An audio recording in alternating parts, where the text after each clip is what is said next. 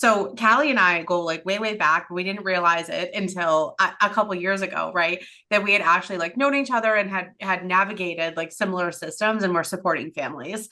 And one thing that we had bonded over was actually working with like really high risk kids, right? And Yeah. you and I had both been very aware and very like acknowledging of the fact that there aren't a lot of therapists that want to take on the high risk teens, the really impulsive cases. Like a lot of people are just like, oh no, I don't want to like, do this. This is like scary, right? So instead of like really being able to like effectively and adequately treat, we have a lot of providers who like run away from it because they just don't know what they're doing.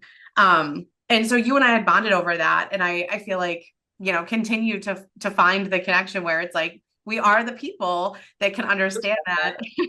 And I think like, we took different approaches on like how we chose the information that we have. But I think one thing that's really important, and maybe for people listening to this to be aware of, is that we were both running at different times these programs in the state of Massachusetts that were for kids who were not going to be adopted out of foster care. They had been, very in some cases horrifically abused, and they were never stable enough. And we were reaching this page, not page, Jesus, reaching the state of Massachusetts where the vast majority of these kids had mental health deficits that were going to follow them for the rest of their lives and could not manage, but they were not sick enough for services. They were not considered disabled. And so that was a pretty new phenomenon, people recognizing that, but they didn't know what to do with it. And so those were the kids that Charity and I both had, as the kids who had been, 18 plus years of treatment in some cases, depending on the kid, and none of it worked. And so one thing both of us did that I think is really important is that we didn't come up with some of these informations by saying, oh, we see a problem and we want to fix it. What we did was sit down with those kids and go,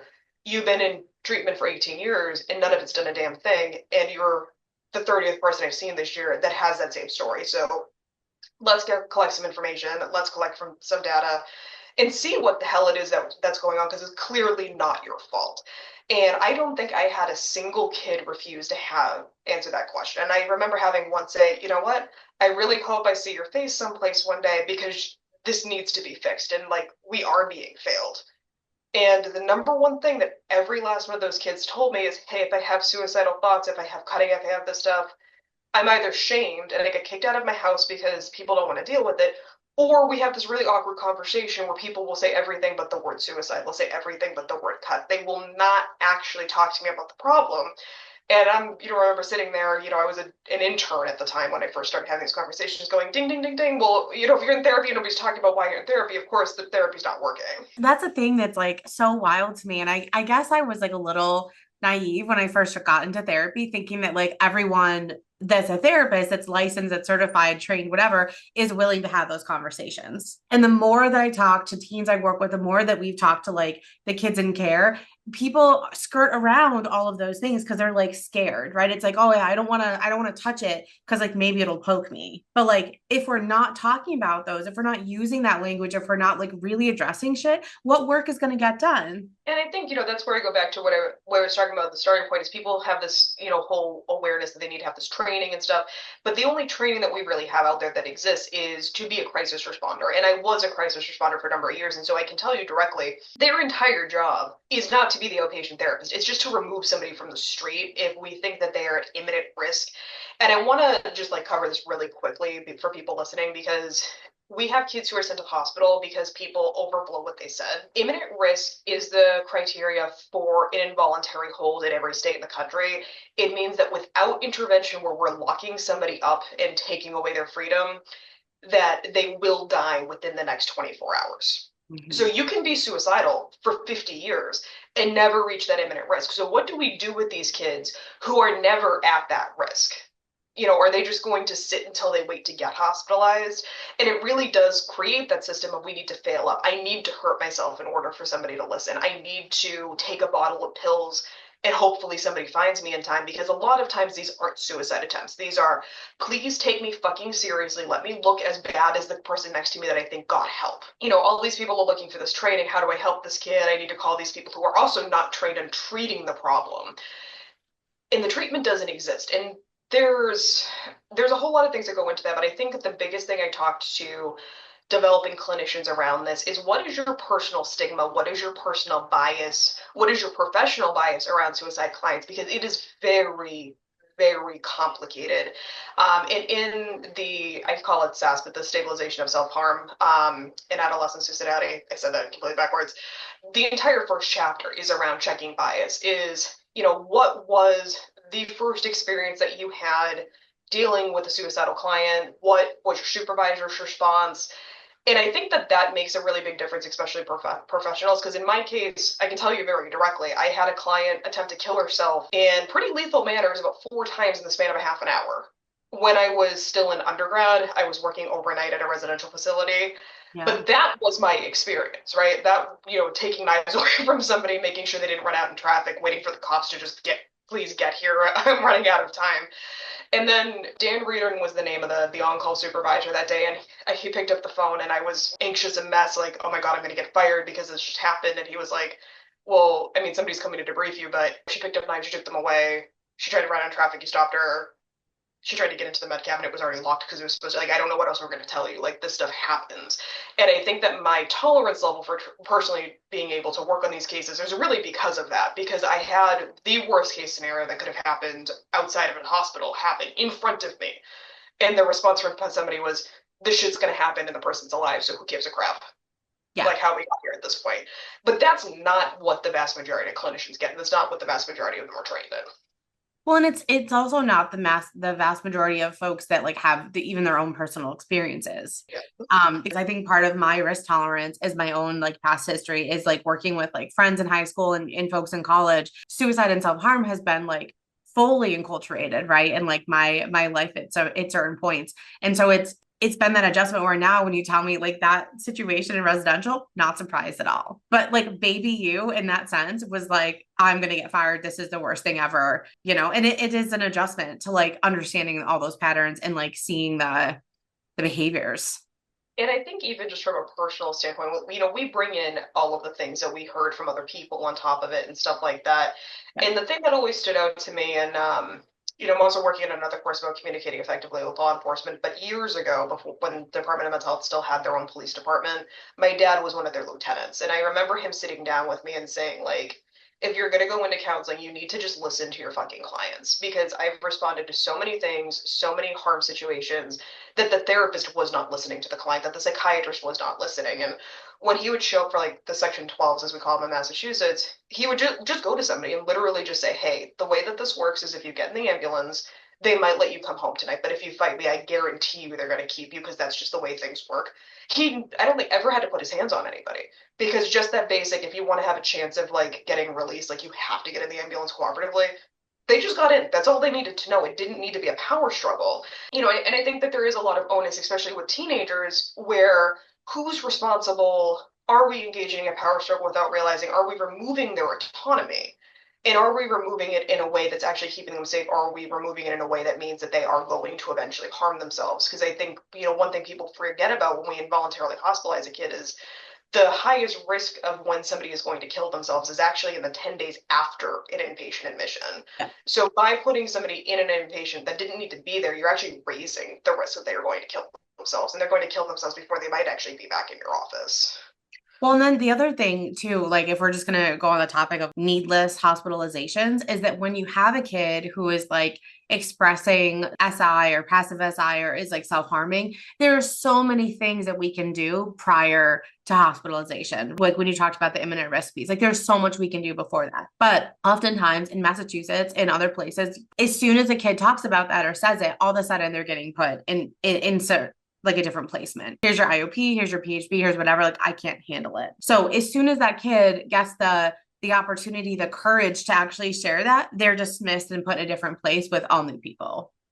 And I've got to say, like, I think the only service that I've ever seen really effective for teens for a really specific reason is the partials, when we can locate them.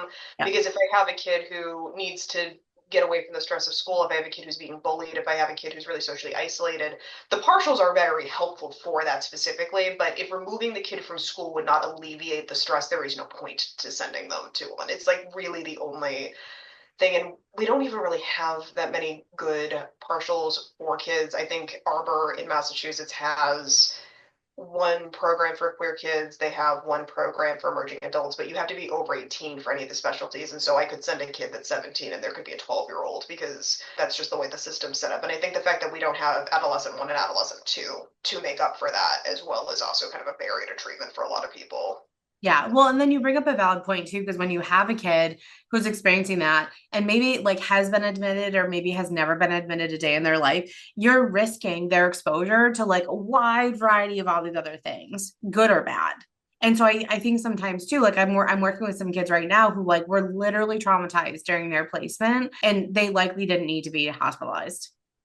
Well, I told you about the kiddo when we were talking yesterday, where the therapist at the hospital was actually it wasn't the therapist, it was the psychiatrist, wouldn't release them until they properly atoned for the fact that they were being suicidal. And so I think like that's another thing in our sense is like if we are going to hospitalize somebody, we need to be aware of the facilities they were going to. Like this kid ended up there because of overages with beds in the better facilities, but like I would have just told mom to take her on vacation for the weekend or the week that she was there instead. It probably would have been cheaper for the family too.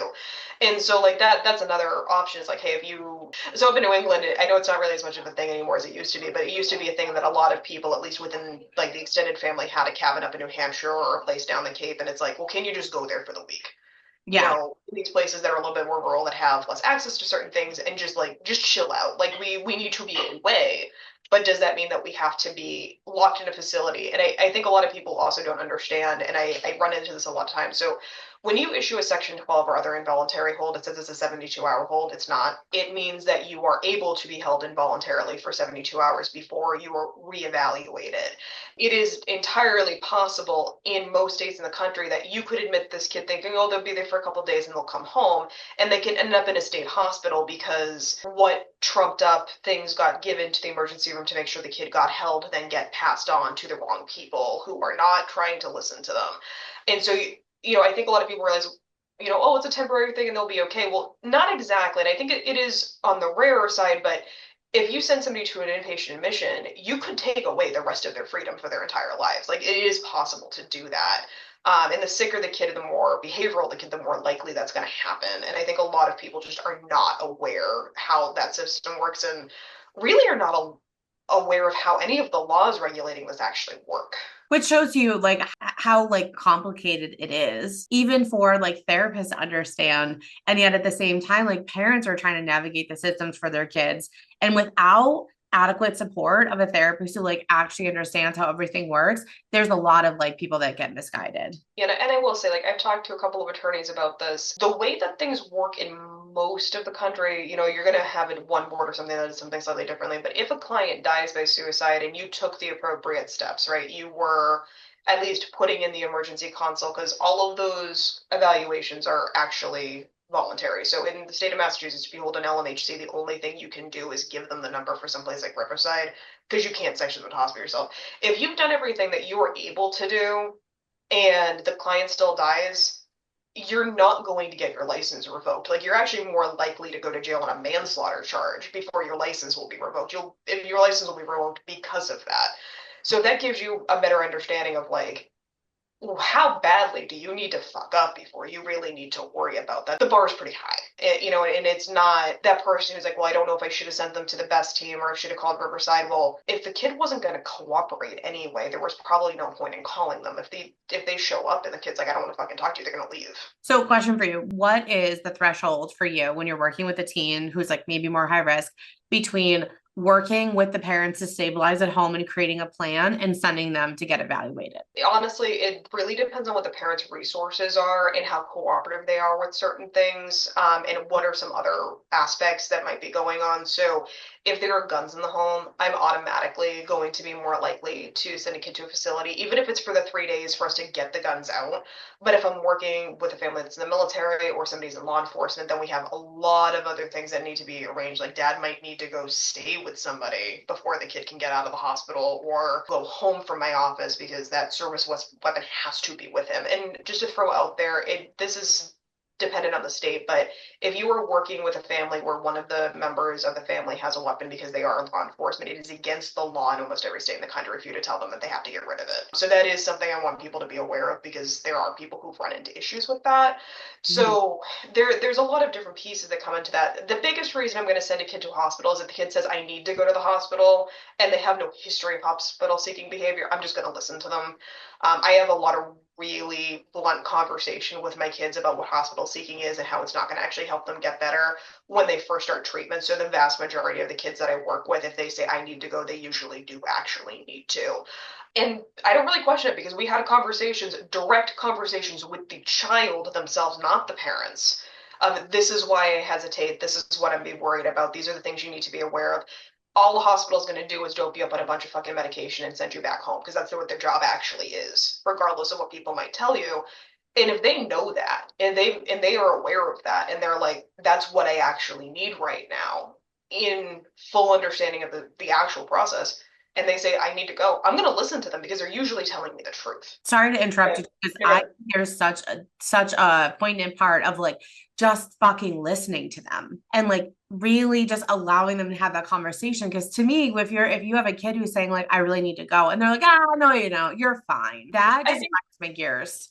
And I think a lot of the whole, oh, you're fine, comes from, well, the kid doesn't really understand what the hospital is. They don't really know what they're going to get from it. The reason that happens, and sometimes it's true, is because nobody talked to the child. Like, I usually don't work with kids under 11, but 11-year-old and up, as long as you can talk to a kid and not talk over them, you can get them to understand. If you withhold the information from them, if the mom and dad withhold the information from them about what these things are going to do, and they say, oh, they can't make the decision, it is your fault that they cannot make that decision. It's not the kid's fault in that case. Like, you have permanently removed, in that situation specifically, that child's ability to speak for themselves and to engage in that process.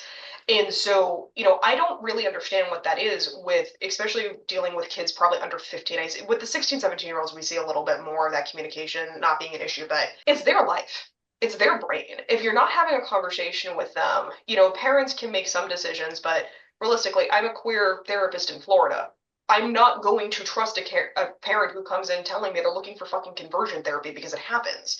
So sometimes, and we've talked about this before, I give the kid more onus, because I don't know if the parent that they brought in was abusive. I don't know if the parent hid abuse from somebody else. I don't know a lot of things that might be going on in that house.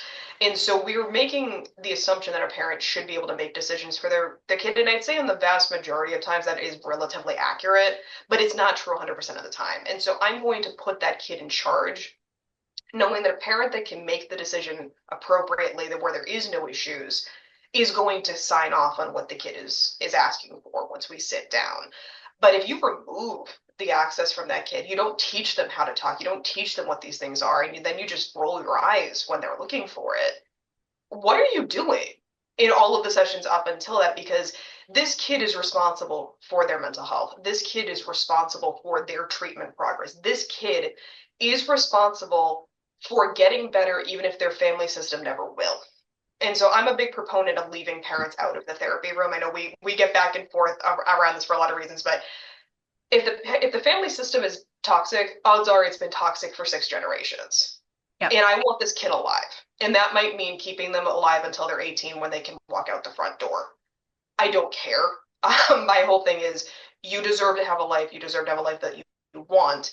And teaching you how to a situation that is toxic to you is not necessarily going to be helpful. And it's really likely going to be the reason for my office in the first place.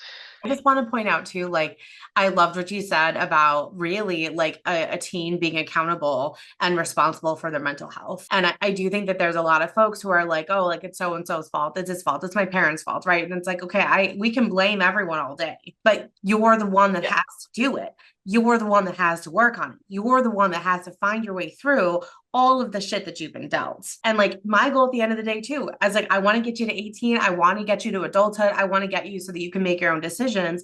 And at the same time, when we're talking about hospitalization, I want to honor their voice. I want to like help support them in understanding what that process even is. Because I don't want them at 22 and 24 and 26 or whatever to not understand how to seek services, to not understand what that looks like. And even if you have a kid kid who's saying like, oh, I need to go to the hospital, they may or may not actually get admitted from that point. But it's like helping them understand and learn the process developmentally that I think is really important, right? Like we're building the ground. And one thing I think is really important for people to be aware, and depending on where you are in the country and economic circumstances, this may be more relevant than not. For kids in rural areas, for kids who are coming from very impoverished families where there aren't a lot of choices and they need to get out, the number one way they get out is the military. And we can think whatever we want about that, but that is a massive lifeline for people. And the military will have to do a waiver if they, tell them that they've been in mental health treatment and stuff before. But I can write a letter and state so and so has kind of fucked up parents. Like it was not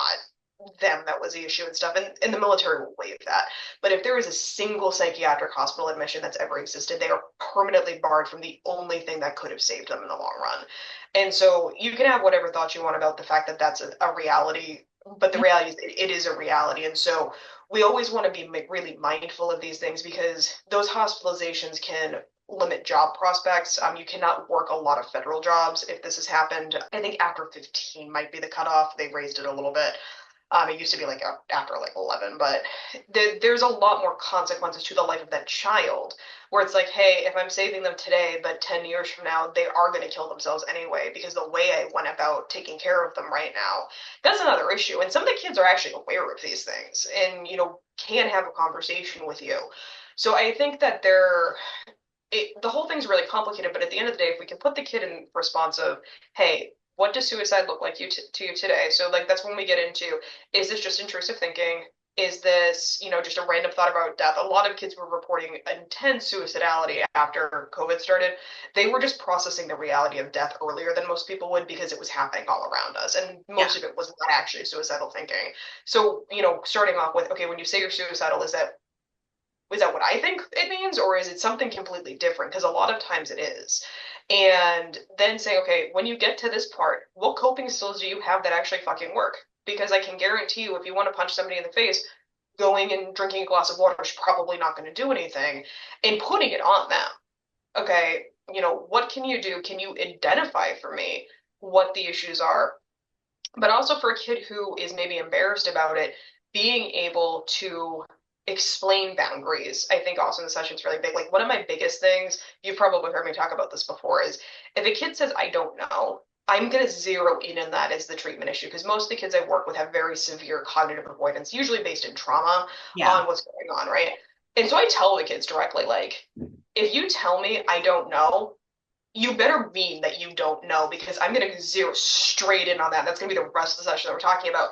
But if you actually don't want to talk about something, and sometimes it's literally like, I'm going to get really upset if we talk about this particular issue and I have to go to the school play like 45 minutes after session. Like, I can't do that right now. Like, cool, let me know a bullet point so I can go back to that next week. There's nothing wrong with saying, like, today I cannot talk about this, but like the amount of people I've had who've, been discharged from therapy because they said, I don't know to a question, they actually didn't know the answer to it, is really just appalling to me. Because when you ask a client a question that is like really important to therapy and they can't answer the question, like, that's probably the whole reason they're in there in the first place. And they're not being obstinate. They're not trying to engage in power struggle, especially with kids. Like, they tend to just be, oh, you just don't want to cooperate. No, you literally just identified why the kid needs to be there in the first place. And now you're blaming them for not being able to answer the question when your job is to help them answer it. Okay, can we talk about this? Because I'm like very active on the socials and I'm just like, commenting on lots of things. And this comes up all the time. All the time you have therapists, especially people that are like, oh, I work with teens and kids or whatever, that are like, how do you respond when every question they have is, I don't know. And it's wild to me that they struggle with that, and no judgment. Nobody's trained. I mean, like, I got put on medication that wiped my memory of all of the treatment modalities that I had used, like at least how to instinctively know that I was using them.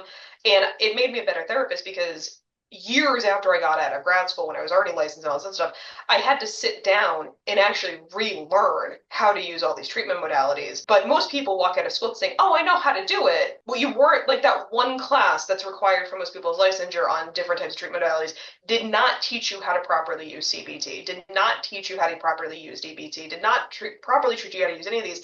And I know it really directly. There's one question I ask most therapists of, what is the purpose of reframing a thought? And the vast majority of my therapists will tell me, well, it's to make it positive. No, it's not. The purpose of reframing a thought is to put the client in control. So if you tell me right away, oh, it's meant to be positive, you do not know how to use one of the most basic treatment models that we have that everybody is supposed to basically know how to use. And so that has a lot to do with it. And I really don't hold those therapists responsible, because if you spent 60 Yeah. grand on a degree, you'd expect that you actually know how to do what you're doing in front of a client. And so I think that there's a lot that really needs to be done to do a lot of work on the counselor education of why the hell are we handing people licenses without any proof based on the education that we made them take that they can do their job? Yeah, well, and I agree. Like, I'm not judging at all. So anyone listening, that's not a judgment of like any therapist. We all have to learn and grow with where we start. But I do take issue with the fact that many of us went through grad school, got our first internship job, whatever, did the supervision. Who knows what the quality of that supervision was, because we are the decider of that, I guess. And then we're released out into the field, maybe with some supervision, maybe with like 1 hour a week where we talk about like 40 clients. And then all of a sudden we're licensed. And at that point, there really isn't a lot of, there's continuing education stuff, but there's not a lot of like testing or demands or anything like that, as long as you do your CEUs and you don't get in trouble. And the reality is, like, I remember taking the license exam, and it doesn't really test that much, to be perfectly honest. Like, if you have a certain different types of learning styles, it's going to be a nightmare to get through. Like, to people that are having trouble passing it, my prayers are with you, because it is a pain in the butt. But like, you just basically need to have memorized the DSM in order to pass that test, not how to treat anything aside from just being able to recognize it. And that's not even that relevant for the vast majority of our treatments, because I'm a trauma therapist, right? I'm a trauma therapist that specializes in working with teens in certain areas. Almost all of my clients are diagnosed with PTSD. That's literally why they're with me. I have a handful of people who are 20, like mid 20s at this point, that came to me as teens that are now with a schizoaffective disorder, just because there's certain types of trauma that present more like that developmentally. But I have like probably 5 diagnoses that I use on a regular basis. I can rattle them off the top of my head. I don't know what's really in the rest of the DSM without pulling it out. That's why I still own one, because I don't need that information. What Yeah. I did need to know how to do was how to treat the things in front of me. And I honestly, the only education professor that I really, really appreciate was my trauma studies professor in school, because she made us get trained in cognitive processing therapy, which I found out years later is not that common, because she was like, you need to be able to prove to somebody that you have training in something to get a fucking job. Well, I was a trauma therapist anyway. Cognitive processing therapy is fantastic for a lot of things, especially if somebody's not stable enough for something like EMDR. But one class out of 6 years of education, one class actually made me learn how to do a specific therapy. And it was an elective class at that. I still remember I worked at a community mental health agency straight out of grad school in Mass. And I still remember they hire 30 people a hiring cycle, right? Like every month, new clinicians are starting, trying to staff it. And I'll never forget when I was like doing an orientation with like one of my colleagues at that point who had gone through a social work program, who literally maybe like a month later in our group supervision for like new beginners had said, "What is the DSM?" Oh my God.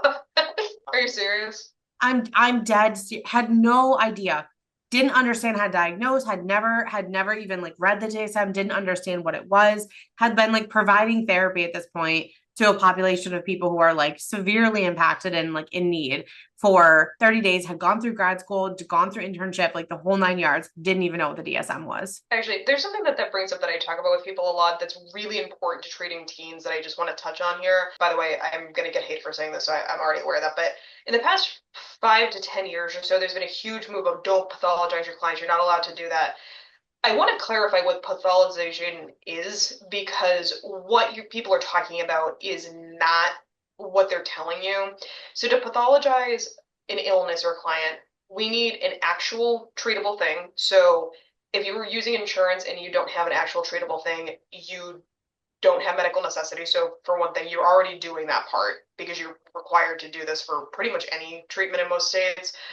If we have a suicidal kid, the suicidality might be the initial presenting problem. We know that that's not the actual thing you need to treat because it's just a symptom of whatever's going on. But okay, suicidality, what's going on? The purpose of pathologizing clients is to be able to say, okay, what am I actually trying to fix? What are they agreeing that they need to have fixed? Because we can see things that maybe they really don't need to treat. I worked with somebody today and said, like, yeah, you had all these trauma issues. It seemed to have subsided. Like, it's up to you if you want to treat them right now. She's like, no, like, I'll let you know if that changes, but she's stable. She doesn't need to treat it right now, right? Yeah.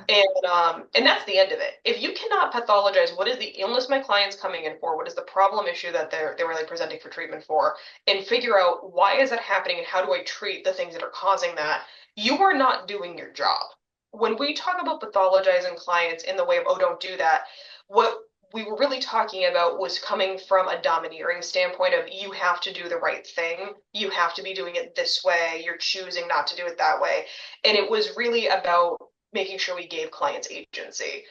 But I see plenty of providers all the time who don't give clients agency, even though they're saying they're not pathologizing them. No, you need to diagnose and properly treat the issue going on, one, or you're not doing anything for that client, but you still need to give them that agency. And when you're working with teenagers, the agency is having the conversations with them before you have them with the parents. It's not that complicated. So I want to make sure as we're getting into all this jargon and stuff of like, be aware of what your job really is, because there's a lot of people that come out of grad school and they've spent how much money, how much time being taught, well, don't pathologize your clients, don't do this, don't do that. Well, how are you going to treat them if you don't know what you're treating? Treat them if you don't know the factors that led to it. And that's the amount of people who are not taught that. It's not their fault, but it is not getting taught. And the other thing too is that like I always ask, right, in the beginning of treatment for a second session, what is a diagnosis to you? Like, what does that mean? What does that entail? And I think that there are a lot of people that find comfort and containment in having a diagnosis and having a label for it. And then I think that there are people that just collect them as they go. And I think that that is equally as damaging, right? Because when we look at the DSM criteria for different things, you can't have like 17 different diagnoses all at the same time because they're all counter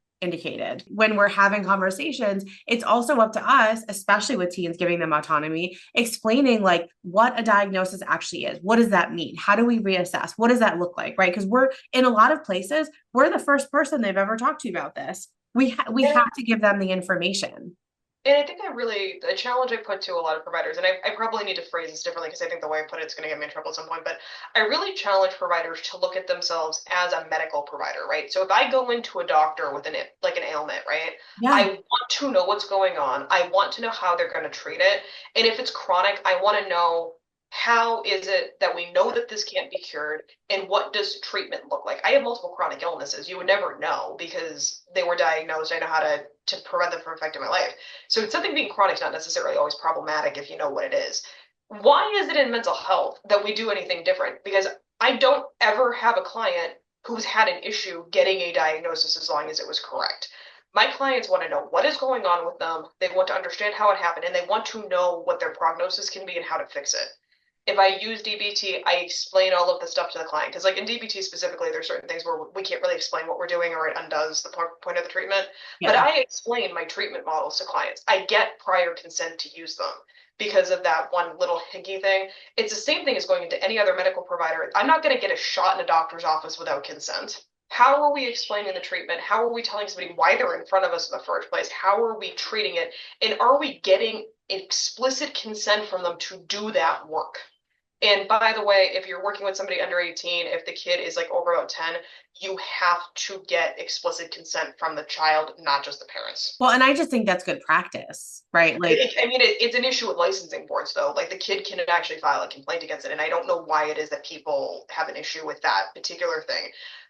Working in child services like burrow into my brain because I would have these kids who had been brutally assaulted, had been brutally raped, and they were being sent back home to the parents that did those things. When if those things happened to an adult, the parent would be in jail for 20, 30 years minimum based on the evidence that was happening. And so I really challenge people to really question like what is their own bias around what a child is, what a parent's role is, and all of these things beforehand. Because if you cannot see that child as a human being before you see them as the parent's property, essentially, because legally they are parent property, which is part of the problem with some of this stuff, all of the treatment that you're doing is eventually not going to work because the kid knows that. I have become involved in so many cases where like there was just so much harm done by the therapeutic system in the first place, and this is a good chunk of the reason why even the people who wanted to help didn't know how to get around this, and we're not able to see that kid as a human being that was suffering on the same level that they would see an adult. Here's the thing though. I think like literally our first tenant, right, is like do no harm. There's such a lack of training, such a lack of like practice, such a lack of research sometimes that like harm happens, right? And like I want therapy to be a space for everybody where they can go to and they can heal and they can work through the stuff they want to work through and they can like develop and grow. But we can't also ignore the fact that like it also can be harmful. And at the same time, I know a lot of providers. I work with a lot of providers. I refer to a lot of providers. And there are people out there that are like struggling with their own mental health stuff or are not necessarily having the best intention towards their clients. That's the thing we don't talk about enough in the field too. Well, and I think another thing that comes up for me directly, I hear from a lot of providers that work with kids that they really think are getting paid lower because if you involve the parent in a session, then the reimbursement from the insurance is lower. Well, here's the thing. If you're sending the mom a quick email, giving her a phone call after, and still doing the individual therapy with just that client like you would with an adult, there is no difference economically. The difference that's causing your lower pay rate is your way of choosing how to work with that kid. And so if you're working with like a 6-year-old, obviously there's certain things that you can't, but there's no reason to hear, oh, I don't take kids that are 14 years old because I can't handle the economic difference. That difference is being caused by how you're choosing to treat the kid. At the end of the day, like you are choosing what code you're billing. And I understand that in certain situations, like you may actually need the parents in session, but I want to just throw out there for the most part, like that's not really a good excuse for this because there are the ways of treating the kid that would not lead to the economics. And we can go in all of the issues with the insurance and at a different time, but that's a big reason I see people that are trained on working with kids choosing not to take them in the first place. So now we have a super large shortage of people who will not work with kids. And I primarily see pre-licensed therapists being the ones willing to work with them, I think, because they tend to be on those W-2 jobs because they're not billing insurance directly. And so it really does come up. Like we were talking in a group yesterday and somebody had brought up like, well, are the week-long insurance things like a hospitalization thing? And it's like, yeah, maybe it's funding, maybe it's not, because depending on what part of the country and you're going to have different services and everything else that are available. And I think in the US, like we can't ignore how the insurance aspect also delegates what care some of the kids get too. So I just want to throw out there for people listening to this, you can use that to your advantage as well. Like I have literally told parents who were not willing to leave session, like I cannot treat your kid based on the insurance that you have unless I'm seeing them individually. There's other reasons for it, but when they say that, they hear it's money out of their pocket. If they don't step out the session, they do leave. Be aware. It's not about like crying about all of these things so much as it's figuring out how can I use the situation that we're in the advantage I need to for that client and what is the hope of that client. But like you said, like there are absolutely people who do not care, who will not touch clients. As far as my adult clients, I have quite a few personality disorder diagnosis clients. I have no issues with any of them. I have a couple of really clear boundaries. If you file a complaint with me with the state, I will automatically terminate you. That's a big enough issue. They're not going to cross the line. I say it right away to all of my clients. Like there's certain things I just don't put up with because I don't have time and I don't have patience for it. And I don't have any of these issues that other people talk about, I think, because it is very clear, like, this is just how I work with things. But I'm also treating other people that other therapists won't touch because they think it's too risky. And I'm like, it's not. Like, these are some of the best people I've ever met. Like, so many people shy away from it based on risk. I know that they're scared at the end of the day that someone is going to hurt themselves or that a kid is going to end up hospitalized. But I mean, you could also have an adult that you've been working with forever who could like kill themselves the next day and like you never would have known. And I just think like it's sad. I think it's sad to me that there are so many providers who could be really great with teens who just don't want it. They just are like, nope. and I want to throw it out there, like somebody did, this was a while back, so it probably needs to be redone, but somebody did like an actual research overview of how well do the research that we have about preventing suicide actually work. And it's exactly 50%. Like all of the stuff we know is 50% accurate. So do you really think that we even have enough for you to be held to those standards if, what we do is as good as a coin toss? The few things that we do know are faster somebody's legal action can work, the more likely it's going to work. So we do have an issue with specifically with guns in the home because of that. We definitely have issues with medication. So like my basic safety plan when I worked for emergency services, what I have now when somebody first walks into my office when we get to know them, is all guns need to be removed from the home unless they flag like one of those situations where we actually can't tell them, and then I have a longer conversation with the parents about like what needs to happen with that, and that pretty much all medication needs to be in a lockbox because like kids with depression also will get random aches and pains. I don't want them ending up with liver damage because they were popping 6 Tylenols a day. The little cases that you use to keep money in at like a fair or something work just fine for this. And that's basically what most of the safety plan is because we're just slowing these things down. The same place I was working where I had the kid try to kill herself, they explained like right before I started, somebody had run out in the road trying to like get hit by traffic. And all the staff that was there did was walk out on the road, stand there like this, stop the traffic. The kid laid there for 5 minutes, realized that they weren't going to get run over, got up and walked in the house.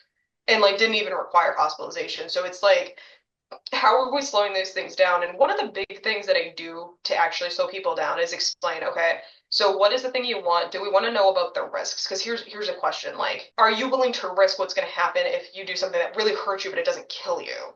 And I explain to people, even with gunshots, if you're not a trained marksman, your hand is going to move with the recoil of that gun. Yep. And, you know, my wife, she does a couple different things now, but at the time she was a physical therapist on a unit for brain injury recovery after some people had gotten out of the ICU. And she had somebody who attempted to kill themselves, managed to basically lobotomize themselves. They blew off both of their front lobes, but they survived. And that was definitely not something. And I just share that story with patients because it's like, hey, it's not a yes or a no. There's pretty much no suicide method that is actually going to work. And by the way, cutting your wrist, like there's literally very little chance that that's going to do jack shit. I was just telling a parent that the other day. I was trying to explain that whole thing because I feel like there's a lot of fear behind it. And I was like, let me just give you the information. Yeah, you basically have to sever one of your hands in order to hit an artery, but you'd have to hit like now use a severed hand to like cut the like none of the stuff actually works that way. And so sometimes those deterrents makes a big difference because you know one thing I teach a lot of people, and it was, I'm not going to give her name just because I haven't talked to her in years, so I don't have permission, but there was a peer specialist I worked with on the adult side of emergency services at one point. She is one of my favorite people in the world. She had been very, very ill, had been in state hospitals, managed to very closely almost kill herself in the state hospital several times. I think she had about 9 attempts, both just in an inpatient. And she told me one day, and when she said this to me, I realized I actually knew that, but I never heard it put this way, is the patients that she was afraid of were the ones who were no longer afraid to die. Because the vast majority of people are afraid of dying. They're afraid of maiming themselves. They are afraid of these things. The patients that we really look at that are very, very, very dangerous to themselves are the ones who don't care anymore, and they legitimately don't care. And she said right away, like, if you see that person and we can't section them, put me on their case. I'm going straight out to their house. And there was one person, I think she had said, she was like, I hope that they're there when I get there. And that's been a really good guiding. Like I realized I didn't answer your question quite so well with that, but I use that answer. And to be perfectly honest, I think the vast majority of teens I've seen present anywhere like that are typically queer kids that are in really unaffirming environments. I also live in the South, so I'm going to see that, I think, a little bit more frequently. I'm in North Florida, so we're kind of like more like Southern Georgia area. So there are certain risk groups where that is more likely to happen because if you live in a situation where your entire town, your entire county says you don't really exist, you're going to get there a lot faster than most people would. And so, you know, kind of even putting in with those risk groups, sometimes it depends on like where we are in the country. I don't think I ever saw that in Massachusetts. Like there was definitely some issues when I worked in Massachusetts, but it was not the type of stuff that we see in this region whatsoever. But yeah, I think that really definitely, are you actually afraid to die? And I think we always get stuck on, oh, we talk about suicide, kids are going to, you know, potentially do it. No, I literally talk them through what the methods they're talking about actually look like. And most of the time, at some point in that conversation, their face goes bleach white. I'm like, so we're not really talking about that seeming like a good idea anymore. And they're like, no. So and that's the wild part to me is like I have done that for years, right? Like for years. It's like basic understanding. Like, do you know what you're talking about? We do Yeah. that with everything else. Yeah. And I find that to be such a profound experience for kids when they're like, oh, wait a minute, it's not, did I just like die? And I'm just like, No. no. is No. going to really hurt at minimum. Yeah.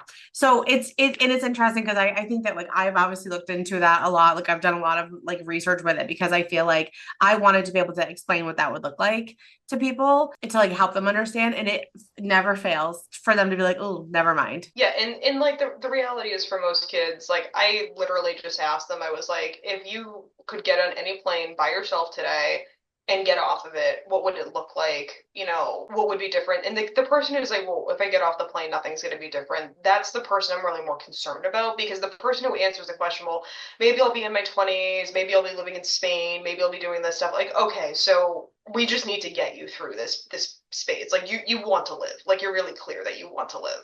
Right? The person who can't answer that question, I have one kiddo that could not answer that question, and we finally got to the root of why. But like, that was somebody who had gotten themselves out of a bad abusive situation several times and gotten pulled back into it multiple times. So like, I could kind of understand like that point they're just like, I can't get away from this. But I really do want to make sure that we're also underscoring like as I'm talking about this being symptoms and not really the actual treatment problem. That I'd say on my end, the vast majority of things I see trauma for one thing. I think a lot of kids that we see that have really severe cutting behaviors or suicide attempts tend to have trauma backgrounds.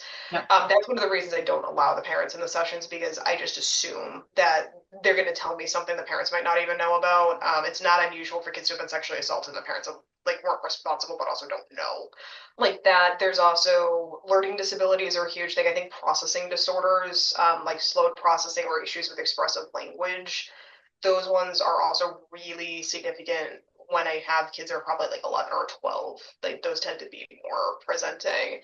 I'd say that those are kind of like the two big things. Like almost every client I see for suicide or self-harm that's under 18 tends to have one of those two things, sometimes both. No, super fair. And I think that like that is one thing. I don't know. I feel like people look at self-harm and they're like, oh, like that's what we have to solve. And like when I think about self-harm, I'm like, sure, like that's a symptom of this whole other thing, but there's a lot of other stuff that's underpinning that. And so like the treatment that I work on is yes, like harm reduction aspects, but the other part of it is like what is undercurring all of that. Yeah, and my kids are like super confused because like I come in, they're like trying to hide their arms and shit, and I'm just like, look, if you don't want to show me, you have to have a safe adult just to do like infection checks and shit. You know, we go over safety protocols with the harm reduction of like how not to get an infection and stuff, and I'm like, look, you're showing me when you show me those cuts that you know how to help yourself. It's just not the only way you should be able to. And they look at me like, what the fuck? You just said that this is a good thing, and I'm like, well, if you didn't have the ability to slow down what was going on in your head, something else would have probably got a lot worse. And they're so fucking confused because we don't look at that as a good thing. We don't look at, hey, I survived something. I am surviving something and I am alive. And that counts for a lot. But when you reframe it that way, it's like, hey, you're trying to help yourself, but I want to give you to have more options than just this, especially living down here. Kids don't want to be walking around in long sleeve shirts and like pants. Like it's 100 degrees before the humidity. Like they want to be doing something different. So when you said like, well, you prove that you're capable of helping yourself, I just like want to give you other options. And they're like, they don't know what to do with it because they're expecting to be shamed. Well, they're expecting to be shamed. They're expecting to be told that they're wrong, that that was bad, that they shouldn't do that. And like, again, we're not just for people listening, we are not condoning self-injury. But I also think that we have to sit there and we have to look at it as like, congratulations, you fucking coped. I'm so proud of you, right? Because there could be the other end where you're gone. And I would rather someone is self-harming than completing suicide. I would rather they're self-harming and attending therapy so we can help them work on the other pieces. But like I agree with you. I think self-injury and when they're active in it is something where like they're showing us that they want to survive. And I think like something else to throw in here, just because this is something I see a lot of therapists do and instruct parents to do and stuff like that, is if a kid is harming, we want to know what they're using. If it's something that can cause a lot of damage really quickly, like a hunting knife or something, I do want to take that specific away. But if they're using X-Acto knives, pencil sharpeners, stuff like that can't really do damage outside of an infection, I want to make sure the kid knows how to clean it. And then we don't want to take those things away because I've definitely had situations where a parent has gone up through the house to take away all sharps possible, and then the kid couldn't do something and they ended up in the hospital because we do want to make sure that we're taking away that extra risk. Okay, we don't want the butcher knives out on the counter. We don't want them using really sharp scissors. Like the ones I have here, if you're using them in the wrong place, could probably cause an issue, but little safety scissors usually have for school, not really. We don't want to take away their only ability to cope before they stop needing it because that is when we lose kids. because the kid that was okay and then suddenly isn't because we decided that the way that they were coping was inappropriate, that's the kid that actually is going to potentially complete the actions that they're trying to do, because they are going to be incredibly impulsive compared to another kid. It's going to be out of character that we're not going to be able to judge because we've never put them in that position before. And they're going to be in so much pain because they are used to being able to deal with it and suddenly they can't. Well, and I always say too, like I would rather, my like three agreements for people working through self-harm is that I want them to use clean things. I need them to be able to take care of it, right? The autonomy of like their own physical care. I need them to be able to monitor it. And then the third thing is that I need them to also admit when they need medical treatment. Those are my three big things. Cause it's like, if all those things we can do and we can work together on, then we can fix a lot of the other pieces. My other thing, because I usually just with the kids, like I have infection checks, like if you're cutting someplace people can see like either me or mom or somebody needs to look at it. Sometimes it is me, but I'm also trying to make sure that they're not cutting on like the inside part of their thigh. So with a lot of that, what we actually talk about is if we're going to get an infection, where would we like to have that? Because that's kind of like a gross place to have that. Now, I specifically do not tell them that there are arteries there that we're trying to avoid, because that's something I actually don't necessarily want to dangle a carrot in front of in those moments. But I think that also that one particular area is one place where cutters can do a lot of damage. So we don't want to shame them into cutting into places that are less visible, because the less visible places are actually the dangerous places for them to be cutting. And I think a lot of people don't realize that the more you shame a kid for cutting, the more they're actually going to be putting themselves at risk by a lot of this stuff. Totally. Well, and I mean, we never work through anything by just accepting shame. Shame, guilt are such deep emotions that it's easier for us just to accept it and support them than it is for us to shame them, because then it's like a deeper hole to dig themselves out of at the end of the day. And I think that there's also just a lot of people who don't understand. Like if they've never been there, they think it's wrong, they think it's harmful, and it's like, be grateful that you've never had to make that decision. Be grateful that you've never had to be in their shoes, because it's not an easy thing to live with, and it's not an easy thing to go 30, 40 years without intervention and still be doing it and still be carrying around that shame. And when I mentioned how many of the girls that I work with, at least not always girls, but a lot of them tend to, there's a huge correlation between sexual abuse and cutters. So you have somebody who's cutting because of the shame of the things that happened to them, that were not their fault, that were not something they consented to, that was forced onto them, and now you're shaming them for the way that they handle the fact that they were violated in that way. And I find that when I explain that to people, they're kind of like, oh, that doesn't sound good. I'm like, yeah, but then as a therapist, we've done it. And Yeah. we have absolutely added to that harm. And the second you shame somebody for self-injury, you will never be a safe therapist to them. Like that's just the end of it. And I think a big thing like too is like there was something I stole when I worked at Mentor years ago. Like, let me know what was helpful. Let me know what wasn't helpful. And I'm really blunt with my clients. Like, I don't sound super professional because it doesn't help you for me to sound like a robot. But I'm an asshole and I'm pretty aggressive in like getting some challenging points across if you're not listening to me and stuff. I'm gonna cross the line, and I know I'm gonna cross the line. Just fucking tell me when I did it. I'm human just as like anybody else. And a lot of people are like afraid to get that feedback from clients, but I'm like, one, if I know what the problem is, I can fix it. Like, I'm human, that's not an issue. But now I've also taught a kid it's okay to speak up for themselves. With a safe person. Yes. It's like, hey, this is us working together what you need. And I don't know why so many therapists are like just afraid of having the client correct them. You can't be the perfect person for every person. Like you would be telling yourself that you can't be human at the same time. But maybe that is the issue. Maybe people are not like giving themselves that grace to be a human provider in a situation. Yeah. Actually, I think that part of that is like, we want to believe that we can help every single person. And I think that if we admit that we can't, it's like this weird ego thing of like being a therapist means that I have all these tools and how come I can't save everyone? I think it also comes to do with the fact that we tend to see more jacks of all trade type therapy instead of specializations. Like I have a lot of skills from a lot of different settings because I made a point of doing those by training, but I specialize in treating trauma. I do not take patients that are diagnosed with schizophrenia unless like there's like the trauma is like the presenting diagnosis and the schizophrenia is under control, because there are highly specialized providers that just do that, right? That's a whole different spectrum of illnesses. And I really don't understand, like, if I go and I have an issue that needs to be treated by a cardiologist, right? And I'm showing my wife, like, I thought I strained something, but the issue's definitely not like something a PT would do. She's just going to tell me this needs to go to this type of provider. Like, I'm not the person who's trained in treating this.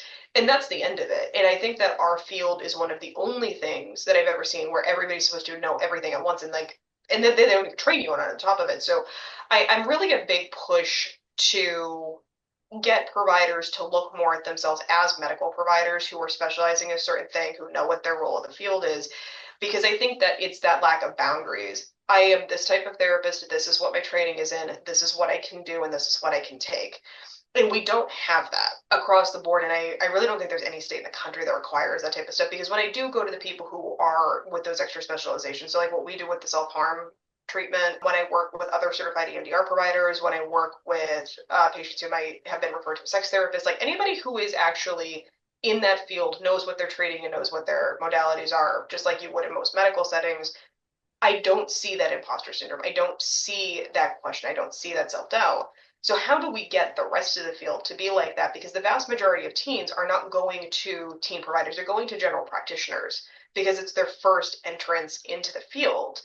And we need those general practitioners to know who they are and what their role as a GP is, just like a PCP does when they're, just checking kids' blood work and stuff like that. Like there is a role for general practitioners. That's not a dirty word, but like what can you, if you do general practitioner work, can you figure out what that word is? Like, okay, I can handle this amount of self-harm because like it's normal, or I can handle self-harm that, concluded 10 years ago, whatever, like I can do all these things. But when it gets to this point, that's where I'm a little nervous. That's where I need a consult. Or when it gets to this point, that's when I know I need a specialist because that's way outside of my scope of practice. And we really just don't have that unless you're going to super specialized providers. But realistically, I think of all the people I know that are on that list, I think I'm the only one that takes insurance. And that's just because I'm in an area of the country where people cannot private pay for like any reason. Like almost everybody else I know, like it's outside of the cost of most people. I totally agree with you. And I think like that's one thing that I really want to build, right? Is like a specialization in like teen mental health with providers who like really get what they're doing and can kind of like niche out and like build that. Because like you said, like you'd maybe start at your GP, but then you'd go to a cardiologist. And I think we could do better by teens by having like actual trained teen treatment providers. And I think that that's something where we really need to lobby schools and also the states, because like when I tell you coming out, I knew I was one of those weird people. Like I knew at 17 I wanted to be a pediatric trauma specialist. That's literally what my job is. I happen to do the self-harm and suicidality because they go hand in hand, but I'm a pediatric trauma specialist. That's what my job description is. So all of the volunteer work I did when I was in high school, all of the things I did in undergrad, all of the things I did in grad school were geared towards that. But most people change their mind about what they're going to do in that span of time, right? A lot of people who are in like undergraduate counseling programs tend to not do exactly what they were looking for. But all of the training that I have about working with kids came from education classes that I took when I was in undergrad. None of the training I have about working in, dealing with kids who are dealing with processing disorders or any of those things, none of it was from my actual counseling program. And there's a lot of people who don't have undergrads in psychology or counseling. They just go from a business degree to counseling program. So why is it that I have the specialization, but all of it came from the degree that had nothing to do with my licensure? Yeah. And I think that's a really good point of like, I think a lot of providers do have this imposter syndrome, but of course they do because they were said, hey, we're going to give you this training so that you can do these things, but they can't do the things because they were never actually given the training. And that's not their fault. Absolutely. No, it's an education thing for therapists. I do think just for the people listening to this, like if what we're saying about the education, like, oh, there's a gap and stuff, now that you are out of school, it's a little different. If you're still in grad school, please just finish your books. We've all been there.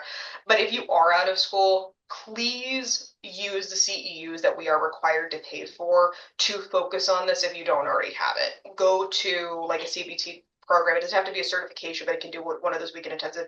Use the CEUs to fill the gaps in your training. At first, don't go to, oh, how to work with like trans youth, right? It doesn't matter if you are culturally competent working in trans youth if you can't use other things to actually help them when they walk in your office. And so if this is all resonating with you, please use those required CEUs that we have to pay for anyway, and go to good treatment programs. Go to how do I sit with a client and actually treat the thing in front of me, because that is what's going to help your patient. And it's also going to be the thing that helps you be successful as a therapist later, because if you are hearing from everybody else, like we hear a lot, like people can't find clients and stuff, but then you consistently have a wait list, well, it's because people heard when they go to you, they get better.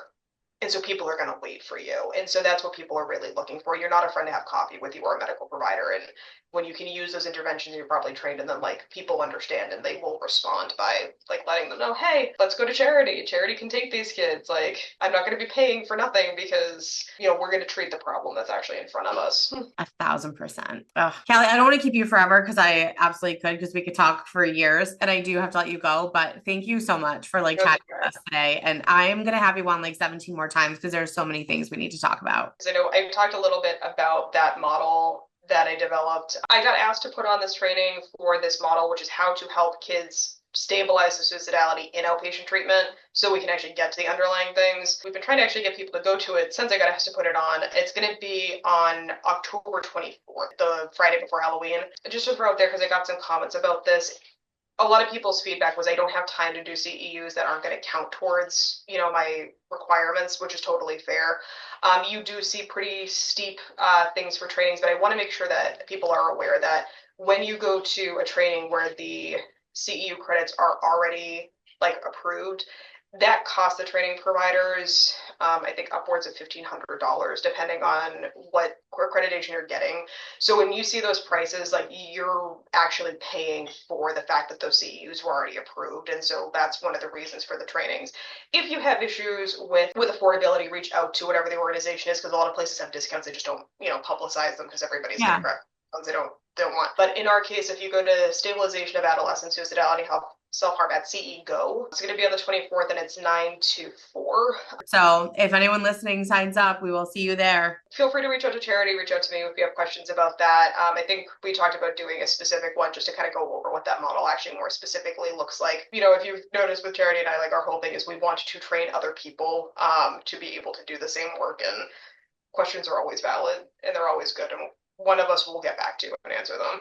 Yeah. Oh my gosh. And we're going to link everything below too. So like you'll have links to like all of your information. It was good to be on today. We'll definitely be back at some point. I hope everybody enjoys summer because I know this is the start of Memorial Day weekend. So for all your therapists out there, please take a break and do not think about your clients over the weekend. Yes. Self-care is very important. I'll see you later. Awesome. Bye.